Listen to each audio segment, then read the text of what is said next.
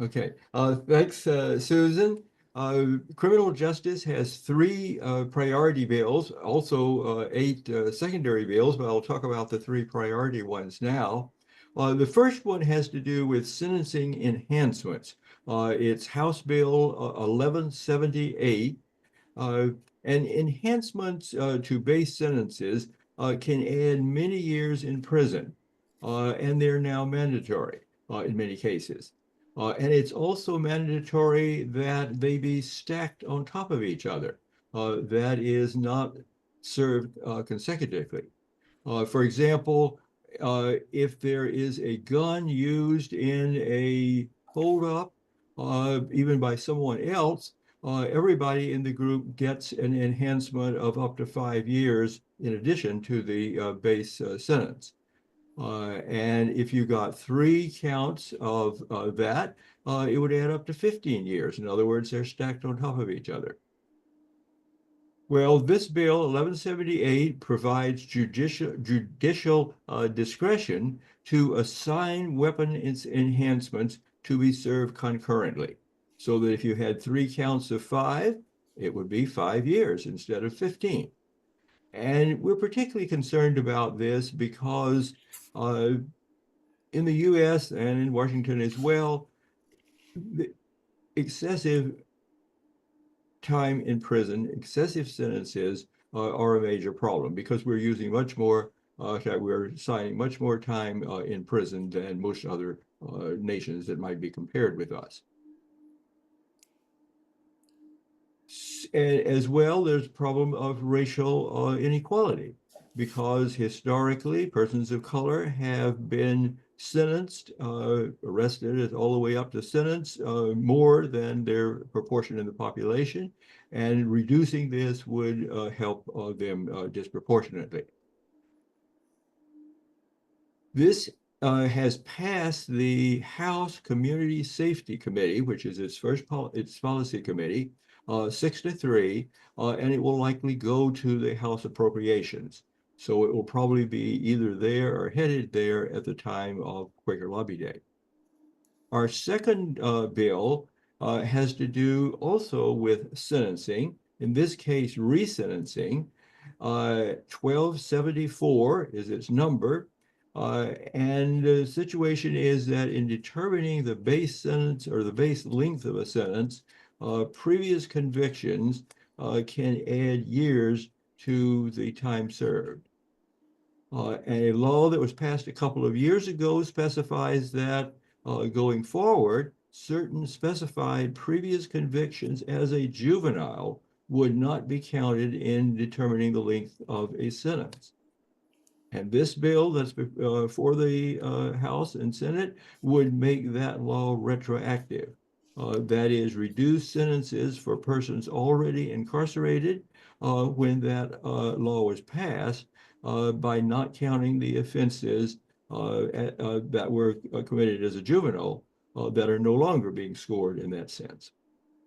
That bill has passed the House Community Safety Committee 5-4. One vote was changed on that from the previous bill. Representative Lauren Davis voted against it, and she has a long history of uh, concern for victims and personal experiences that have led her to vote no. And she's in the LD 32 in the Shoreline District, and you probably, if you're in that district, you would know about that uh, or know who she is. The third one is a Senate Bill 5066, and it has to do with Attorney General investigations of systemic violations of law and the Constitution of law enforcement agencies. And this is specifically concerned with Washington State Attorney General giving that person the authority to investigate systemic violations of law and the state constitution by local law enforcement and correction agencies, and to take action if that's warranted. currently, this investigative authority is limited to the federal Department of Justice, which, even in the best of times, lacks the time and resources to investigate local police and sheriff's departments in various cities and counties. About 10 states, including California, have already provided their attorney generals with this type of authority. Now, there is a fiscal note of $4 million a year, either that or 4 million per every 2 years, I forget. But anyway, several $1 million, which could well be a problem in getting this through appropriations type committees, which are called Ways and Means in the Senate. And it has now passed the Senate Law and Justice Committee, and it has been assigned to the Senate Ways and Means Committee. And you may have seen the alert that we sent out for its companion bill, which is 1056 in the House, asking people to sign in in support of that. But the principal bill, the real vehicle, is the Senate bill. So I can talk to both people about that. With that, I'd like to just open it up if we have any time left for questions. Sam, go ahead and call on people. Can you see the hands or do you need help with that? Um, Don Billen has his hand up for starters. oh, okay, sure. I'm sorry, didn't see it. Yeah. Hey, Sam, just a question about that last bill and the fiscal note. Does the bill mandate that the Attorney General carry out these kind of investigations, or does it just give them the authority at their discretion? It just gives them the authority to do that. And they are required to notify the particular entity that's being investigated before they actually sue them, which is the sort of thing that's quite often done in legal cases, and it gives an opportunity for negotiation before actually doing the suit. Seems like when we're lobbying, we might want to point out that, the AG wouldn't necessarily need to expend any funds, that they could be sensitive to their budget constraints. Well, I guess it's a matter of if they did this, it would probably be more work than they'd done before. Sure. And so that there would be more. But how the $4 million was obtained, I don't know. And Right. yeah, you never know whether that's a sort of overestimate of what it would cost. I can't say on that. Thanks. That's often the case in these things, that if there is a department that doesn't want these things done, doesn't want a bill, then they appear to come up with a very high value for this physical note. And in this case, the Attorney General, I would suspect, would be quite sympathetic with having this passed. So I wouldn't expect the Attorney General to do it. But other than that, I don't know. Any others? I think that's it then, Susan. Thank you.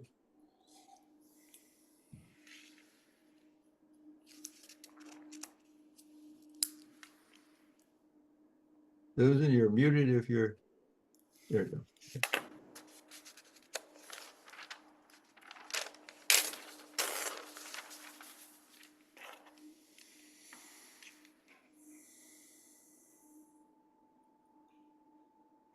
Sorry, sometimes our computers don't cooperate with us on this. Thank you very much, Sam, and thank you for that great question, Don.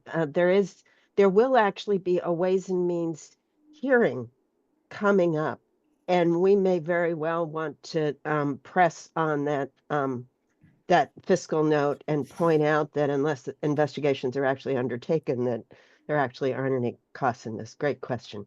So Celestin, you ready to talk about economic justice, those three bills?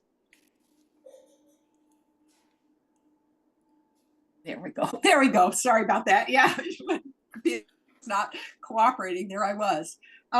Yes, and I just want to make a note to all of you who are here who aren't going to lobby day. Just be aware, if you're aware of, ledge.wa.gov, and you can go on any of these bills and you can sign in pro or con or send a note to your senator. So you don't even have to be at, lobby day is a wonderful opportunity. We don't have to be there. And the other note that when you bills that were that are priority bills in justice, part of our decision making this, because you probably know, because a lot of issues with economic justice, but would require rather large fiscal bill, and this year is we have a shortfall in the legislature. So again, I'm going to say a few people inviting you to come to our economic justice meetings and problem solve with us about alternative revenue sources, because that's a real concern, particularly this session. So that's my 2 cents worth and my plug, and I will now go on to going to actually prioritizing. In economic justice, we've actually chosen 2 areas this session, and that's come from the discernment of our economic justice group, and they have to do with housing and healthcare. So those are the 3 things. And those are both issues that we see in terms of economic justice, both with housing and healthcare, the most impacted are the most vulnerable amongst us, whether, often people of, color, with disability, low income. And so that's why we kind of chose these 2 areas. And the first measure is what I call, we have one of our housing bills has to do with it's preventive care. And the other one is a bill that will kind of address the whole thing about people who are. The first bill with the preventive measure is rent stabilization. And what this bill would do, it's House Bill 1217 and Senate Bill 5222. And what it would do is cap the amount of rent increase that a landlord could give. And I think it's at 7%, but it would yearly. And if there was going to be a rent increase, you would have to be given advance notice, like 6 months advance notice. You couldn't just day. And I live in a affordable housing unit for seniors. And this has been a real problem with our population, because what happened is for many years, people lived here and they didn't have much of a rent increase. And then one year, the corporation said, well, we're sorry, we haven't given you enough of a rent increase. And people were faced basically immediately with a huge rent increase, which for people on fixed incomes, and you can imagine for people in all kinds of situations with a fixed income, it was. And then the idea, I don't know if you know about, if you happen to be in an affordable place and so you can't live there, then finding a new affordable place takes a long time. You can't just today, okay, I can't pay that rent, I'll find another place. So that's what this bill is addressing. It also, as well as as those 2 issues, it also sets up a landlord resource center. So you could go, during the pandemic, part of that Rescue America bill this was in it, and it was, it helped prevent people being able to negotiate with their landlords, basically. So that's what this bill is. It has, the House bill is in appropriations, is what I understand, Susan, right now. And that's where it's been heard. And so anyway, that's that. The bill that is addressing homelessness we just recently got this one. It's House Bill 1380. And what this bill does is, actually it says a group of our legislators, probably with some advocates, recognized that we have now, particularly related to rent increases. We know lots of things contribute to why people are homeless or unhoused, but the rent increases has increased our homeless population. And people are often, they have nowhere to go. They take a place, either make a camp or themselves with their family, go to a public place. And then the way the local regulations are written, or from place to place, in terms of what can be done, and so we've heard about sweeps, we've heard about people just, taken off the land, but there's nowhere for them to go. Like there's even areas with no shelters to offer, or nothing to offer. So people are, what do you do in the winter? It's just a real safety issue. Plus, when somebody is just staying somewhere, they're often, lose medicines, possessions, and quite frankly, even your ID. And if you don't have ID, and if you've ever had to get through a system with no ID, I had one time when I had something stolen and I had to get, new ID, and it's very difficult. So now this bill, it's considered an emergency bill. So what it means is if it has gone through housing and it's being heard in appropriations on the 12th, the day we have our lobby day. Now it's not, and I'll tell you what it is. It's considered an emergency bill. It's one thing if it goes through, it will immediately go into effect, unlike other things. But it's not, it in itself has some vagueness about it. But what the bill says is that in terms of any regulation on public lands that are open to the public, in terms of keeping safe, warm, dry,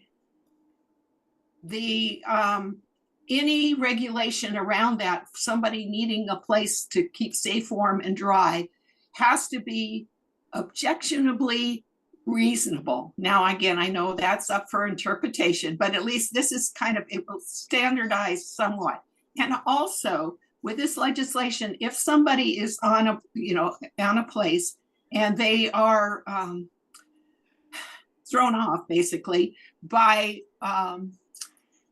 and because it was because of how they look, something that wasn't objectionably reasonable for them to be safe, warm, and dry, they actually can sue the municipality. And there is even a note about that there will be funds for legal fees. Legal fees will have to be covered by the municipality if they sue, if they win. So anyway, it's a starting measure to kind of deal with this, just kind of almost, I hate to say it, but at the whim of, a particular municipality, people ending up with actually no place to go. And what do you do, in the winter? So that's what this bill is.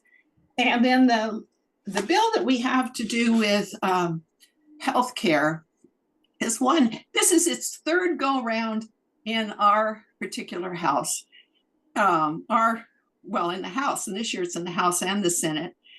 But in the past, and it's probably not, and I'll tell you what it is, it's not going to probably pass this year, but this is the first year when it's in both the House and Senate and has actually sponsors behind. We used to have one sponsor for this particular bill, which was Senator Hasagawa. So kudos, if you're in his district, please tell him, thank him.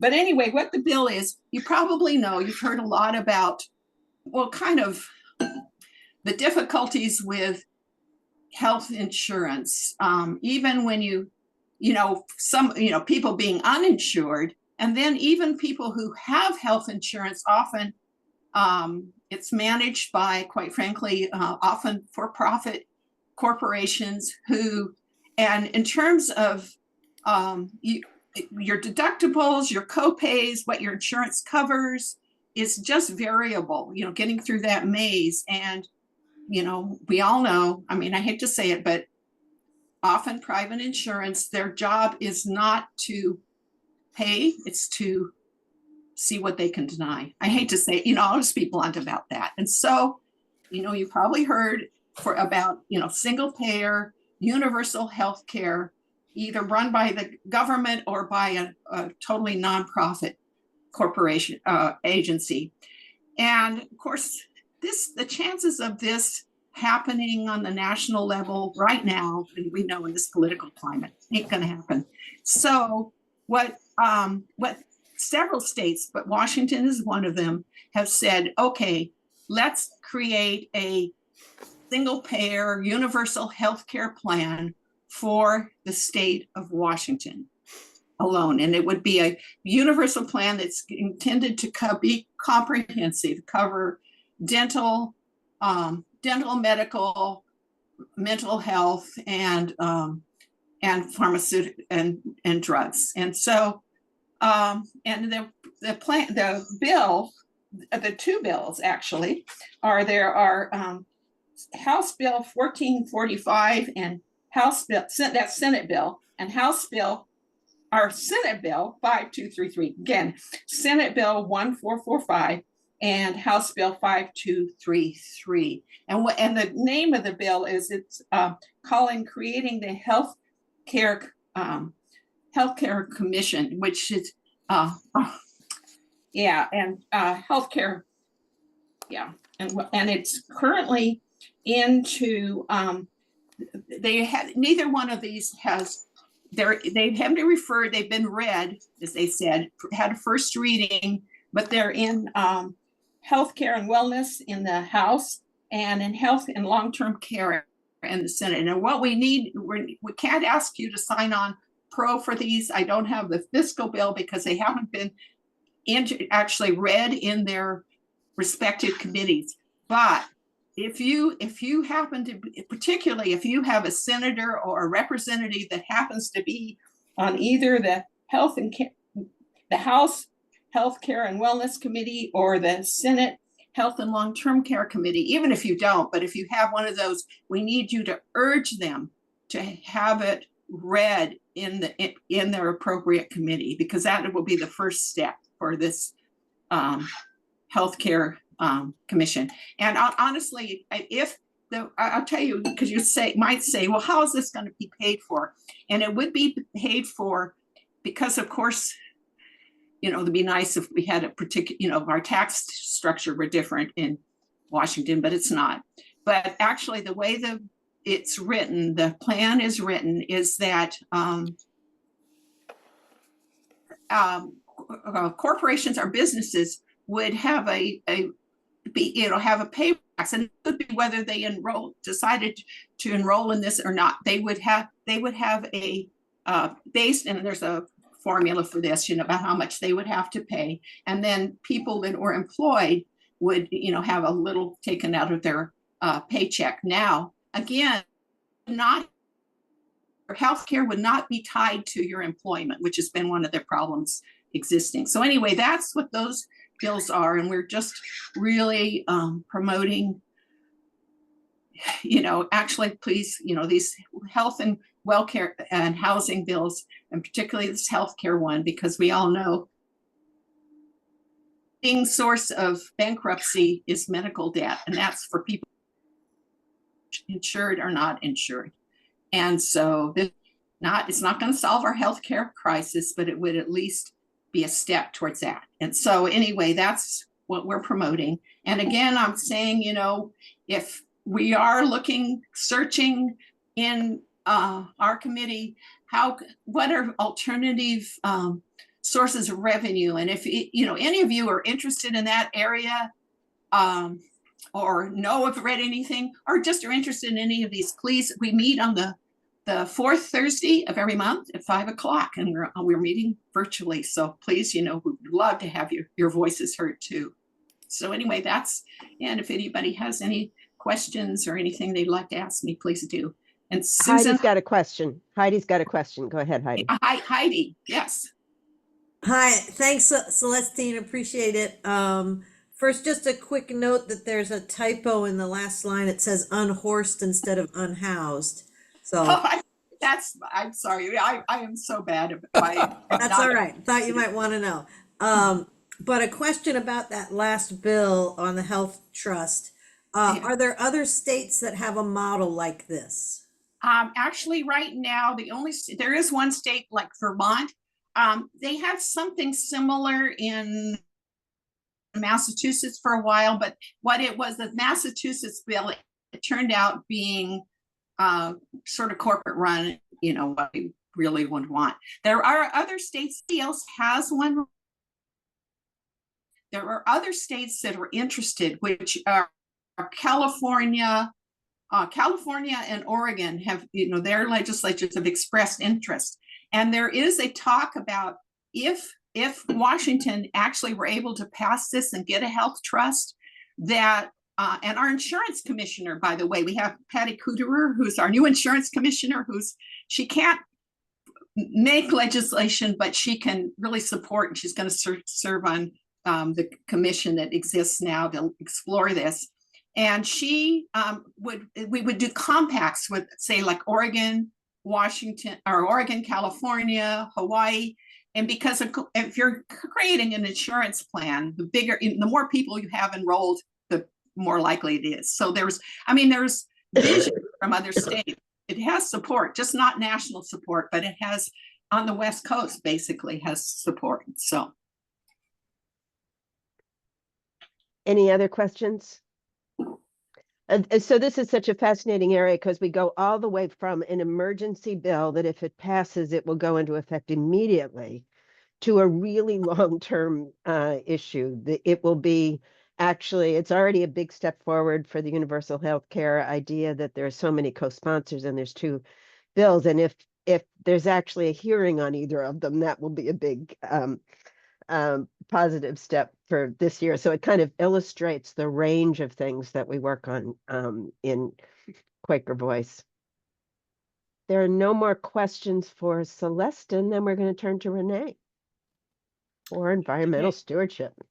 And I'm going to be talking about things that are even more long range. But we all understand that as the environment and the climate degrade, all of these other problems become worse.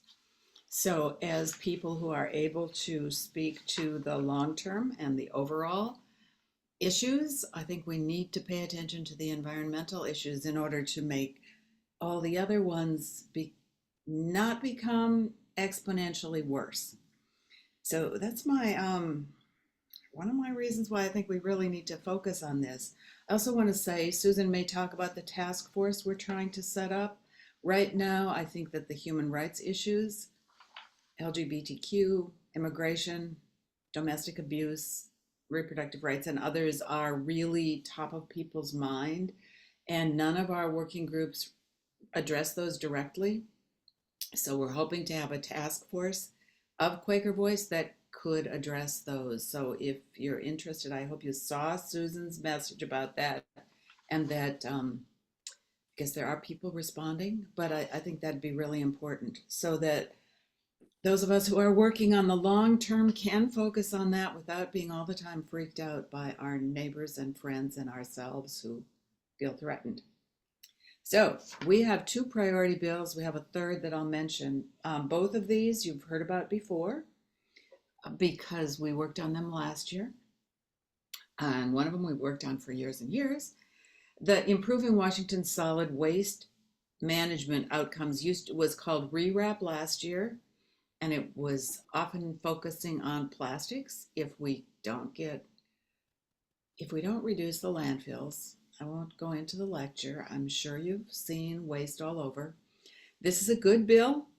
It has already moved on. It's going to be that means the executive committee is going to send it out of committee in both the House and the Senate. So they've been heard. It's going on. It seems to be moving this year pretty well. There was a lot of education that had to be done last year of constituents and of legislators. That seems to have happened, and people are aware that if you keep eating plastic, you're going to get sick. And if you don't cut down on your garbage, we will have a world with just garbage.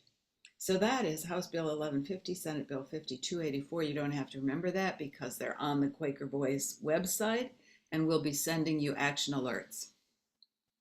The other bill that we're proceeding on that we had last year too is right to repair. people need to be able to take their laptops and computers and other electronic devices to their local, small, independent repair people. And they need to be able to, those repair people need to be able to use working parts from those devices to repair other devices. Because otherwise, we just fill up our landfills and send to other countries our old cell phones and tablets and computers, and they're pretty toxic. It'd be better if we repaired more of them. We've been working on this for 3 years, at least, not much more. And it seems to be going somewhere. That also is going to executive committee in the House on Tuesday. The recycling bill goes to exec committee on Tuesday and in the Senate on Friday. So those are both moving along well, and you can ask me questions if you're not convinced that they should pass. I'm not going to try to convince you because I think you probably already are. I'm going to talk briefly about the other bills we're considering. We had picked salmon support. It has been funding for areas to do support for salmon to thrive, and those sample, no, what is it called? Test sites? No, I'm missing the word. Those demonstration sites have worked well. So what's happening is that there's funding now to expand that. We were planning to really support that because it is also working with the local tribes. However, one tribe has indicated some problems with the bill. So we are putting that into a research phase to figure out what's happening with that nation and whether the bill is changing to meet their requirements before we make that one of our priority bills. But we've got people on that, and it's not on the list because of that. We only have 2 priority bills. That doesn't mean we don't have more things. In fact, there are so many environmental things that we could be dealing with. I'm going to mention 2 others that have hearings. Well, one has a hearing on Monday. The EV battery recycling, we need to get on top of this so that EV batteries don't just get dumped on the side of the road, which would be really awful, or sent to the landfills. So that one is going to be heard in the House on Monday. If you're really interested in that, I can give you the numbers and you can read it and sign in pro. We meet on Tuesday, so we haven't decided for sure whether we're pro on that, but I'm pretty sure we're going to be. And the other is community solar, which has come back this year in a much better form. It was heard in the House on Monday. It's moving somewhat in the Senate. So we're interested in that because private people who have homes and have some money can buy into solar programs, but people who live in apartments or are poor often can't, and community solar gives an option for that. That's an overview of some of the things we're working on. Questions?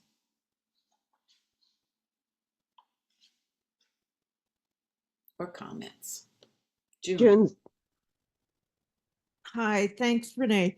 So I'm curious if you know what was improved in the community solar bill that makes it less objectionable or better this year.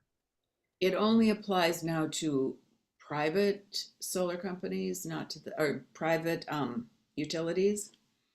So the big utilities are out of it. I think that's right. This isn't one that I am totally on top of. I'm pretty sure that is right in general. So as I recall, Puget Sound Energy is a private utility that was in favor of it last year. Are they still in favor of it this year, and it affects them? I believe so, yes. Okay. Ginny is the one who's really following this, and she isn't here today. She's a champion for this one, but I think that is the case. Okay, thanks. Mm-hmm. Other questions for Renee? Or comments or suggestions? Indeed.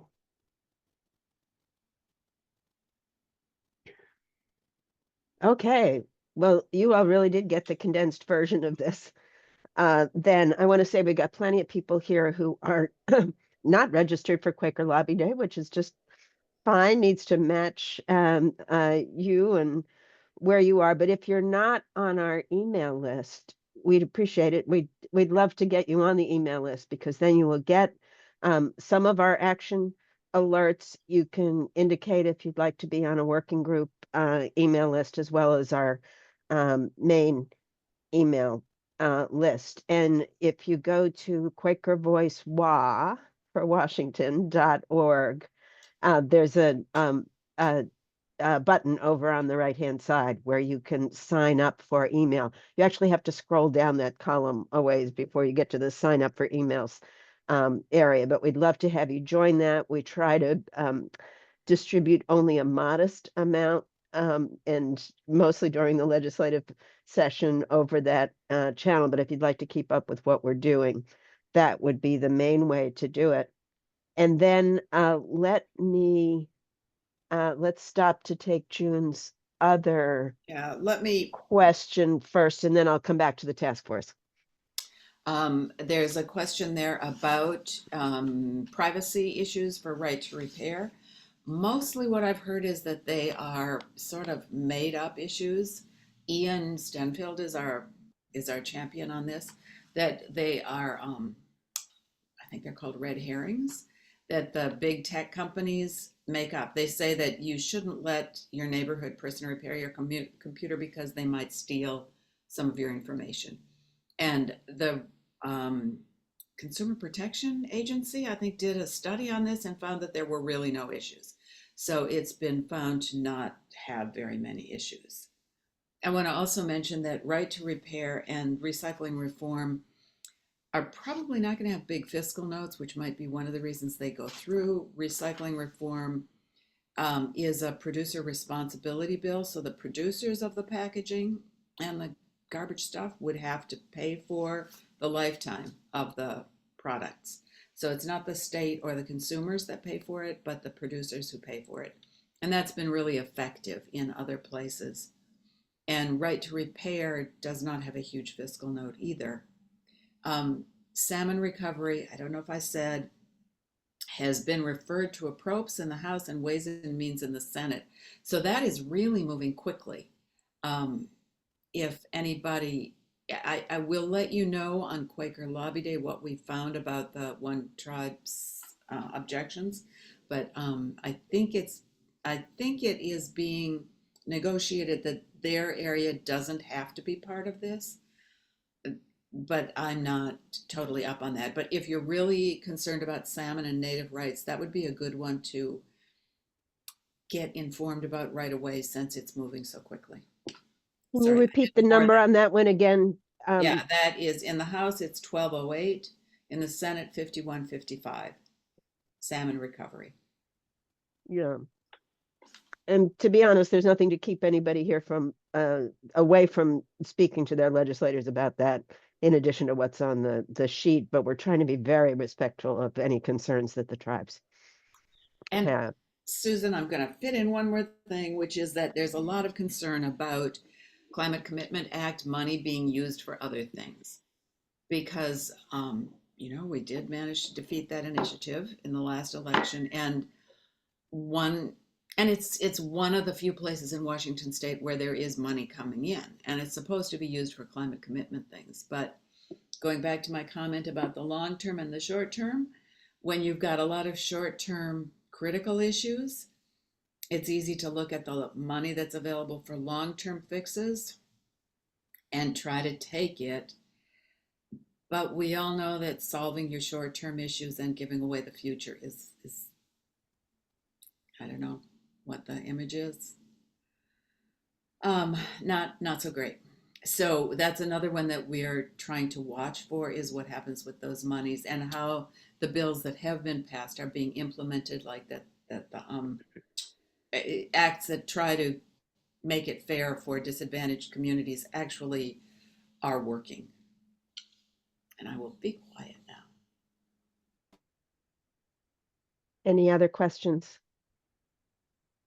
Let me tell one little personal story. Renee has made me so aware of plastic in my in my life in various ways. My husband and I actually drink a lot of carbonated water, and the cheapest way to get that is actually in a big plastic bottle. And finally, it just bothered me that we were using all those big plastic bottles and putting them in the recycling, of course, so we get brownie points for that. But so I said, no, let's look at the sparkling water that comes in the aluminum cans.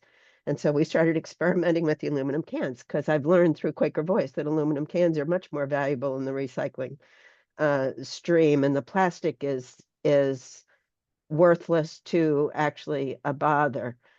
So so my dear husband, who does our shopping, said, well, the cheapest way to buy the sparkling water in aluminum cans is at Costco. So he comes back from Costco, and here are the aluminum cans in a big plastic covered container with plastic rings around all the tops of the can. So I said, no, dear, we at least want to look for the ones that come in a paper box, although I'm sure that that's still not so great. So we're really working on, okay, let's just change a habit that we've got. And so things like the Rewrap Act would mean that the people putting those cans in the big cases covered with plastic would have to worry about that, and not just me as a consumer. Susan, I'll tell you that my kids are not perfect, but they have switched from their carbonated stuff mostly to refrigerator tea,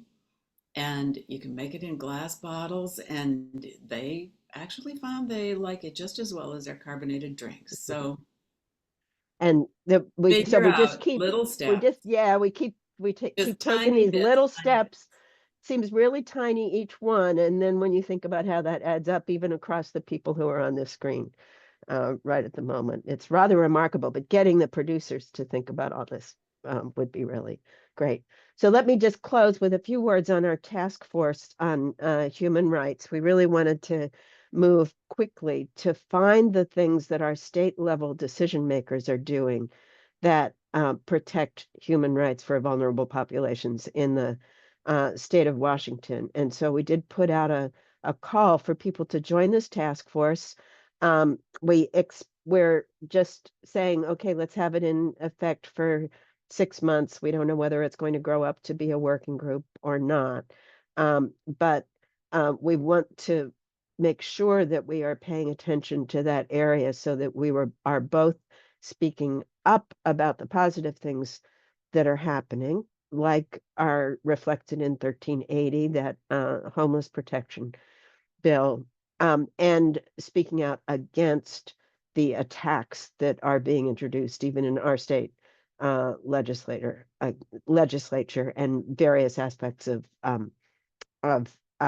implementation that can be dangerous. So if you're interested in joining that, send an email to clerk@quakervoicewa.org or info@quakervoicewa.org. We're going to try and get that task force going very shortly. Any final questions for us? If any of you immediately want the recording from this session, send a note to either of those addresses again, and it can be shared on a limited way, but we'll try to get it up on YouTube with a link to our information page as soon as we can. Thank you all. Thank you. About half of you, I think, are going to be there on Quaker Lobby Day. Thank you. We'll see you online, or we'll see you in person in Olympia. And the rest of you, thank you very much for joining us. We really hope that you'll at least get onto that email list and start seeing what we're doing and seeing what you are led to do in this space, because the state level is really important. There are whole issue areas that there's very little happening at federal level just because of the Constitution. The guns, police, and prisons is one of those areas. And then there are whole issue areas where nothing's going to happen at the federal level for the next 4 years for reasons that will be obvious to all of you, but we've still got our state level actions that can be taken. So we hope you'll join us. Thank you very much. Thank you, Thank Susan. you. Thank you, working group clerks. Thank you.